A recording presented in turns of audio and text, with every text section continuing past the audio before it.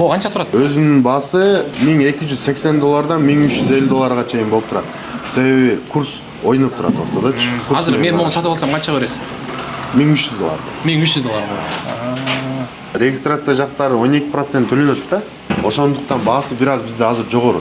Себеби буга чейин 5 ай мурун регистрация жок эле биздечи. Жөн эле любой жактан телефон келди, сим карта салсаң иштей берет эле. Азыр мамлекетке так положено регистрация кылыш үчүн акча төлөнөт. Ошо акча төлөнгөндө гана биздин сим картабыз салынып, интернет тармактары иштейт. Токтоштуруңуз. Азыр мога сиз акча төлөйсүз регистрацияга. Сиз өзүңүздөн, биз эмес, сиз. Жок. Анан сиз төлөгөсөңүз, анан бизге берсеңиз биздин сим карта иштейт. Анан иштейт. Неге сиздерде кымбат? Качествосунан.